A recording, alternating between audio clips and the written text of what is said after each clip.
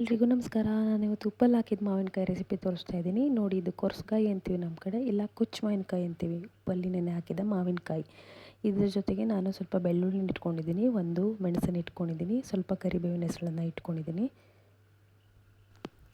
ಈಗ ಒಂದು ಬೌಲಲ್ಲಿ ಒಂದು ಸ್ವಲ್ಪ ನೀರು ತೊಗೊಂಡಿದ್ದೀನಿ. ಈ ನೀರಲ್ಲಿ ಮಾವಿನಕಾಯಿ ಮೆತ್ತಗಿರುತ್ತೆ, ಇದನ್ನು ತೊಗೊಂಡು ಚೆನ್ನಾಗಿ ಗೆಮಿಚ್ತಾ ಇದ್ದೀನಿ. ಸೊ ದ್ಯಾಟ್ ಇದರದ್ದು ಅಂಶ ಎಲ್ಲ ನೀರಲ್ಲಿ ಬಿಟ್ಕೊಳ್ಳಿ ಅಂತ. ಚೆನ್ನಾಗಿ ರೀತಿ ಒಂದು ಸಲ ಇದನ್ನ ಹೆಚ್ಚಿಗೆ ನೀರಲ್ಲಿ ಬಿಟ್ಟ ನಂತರ ಈ ಒಳಗಡೆ ಬೀಜನ ತೆಗೆದು ಎತ್ತಿಟ್ಕೊತಾ ಇದ್ದೀನಿ. ಮತ್ತೊಂದು ಸಲ ಚೆನ್ನಾಗಿ ನೀರಲ್ಲಿ ಕೈ ಆಡಿಸಿ ಮಿಕ್ಸ್ ಮಾಡ್ಕೊಳ್ಳಿ.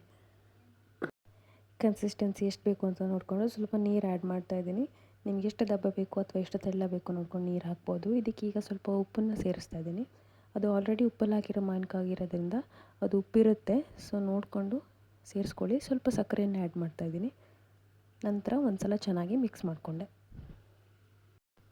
ಈಗ ಫಟಾಫಟ್ ಅಂತ ಒಂದು ಒಗ್ಗರಣೆ ಸೌಟು ಇಟ್ಕೊಂಡು 2 ಟೇಬಲ್ ಸ್ಪೂನಷ್ಟು ಕೊಬ್ಬರಿ ಎಣ್ಣೆ ಹಾಕಿ ಅದಕ್ಕೆ ಸಾಸಿವೆ ಕಾಳು, ಕರಿಬೇವಿನ ಸೊಪ್ಪು ಮತ್ತು ಚೆನ್ನಾಗಿ ಜಜ್ಜಿಟ್ಕೊಂಡಿರೋ ಬೆಳ್ಳುಳ್ಳಿಯನ್ನು ಹಾಕಿ ಫಟಾಫಟ್ ಅಂತ ಒಂದು ಒಗ್ಗರಣೆನ ರೆಡಿ ಮಾಡಿಕೊಂಡೆ. ಈ ಬಿಸಿ ಬಿಸಿ ಒಗ್ಗರಣೆನ ಈಗ ನಾವು ರೆಡಿ ಮಾಡಿ ಇಟ್ಕೊಂಡಿರೋ ಮಾವಿನಕಾಯಿ ಮಿಶ್ರಣಕ್ಕೆ ಸೇರಿಸ್ಕೊಂಡೆ. ಕೊನೆಯಲ್ಲಿ ಹಸಿಮೆಣಸು ಇಟ್ಕೊಂಡಿದ್ನಲ್ಲ, ಅದನ್ನು ಈ ರೀತಿ ಡೈರೆಕ್ಟ್ ಒಲೆ ಮೇಲೆ ಇಟ್ಟು ಸುಟ್ಟು ಇದಕ್ಕೆ ಮಿಕ್ಸ್ ಮಾಡಿದ್ರೆ ಕೊರ್ಸು ಮಾವಿನಕಾಯಿ ಅಥವಾ ಕೊಚ್ಚು ಮಾವಿನಕಾಯಿ ಅಪ್ಪೆ ಹುಳಿ ಸವಿಯೋಕ್ಕೆ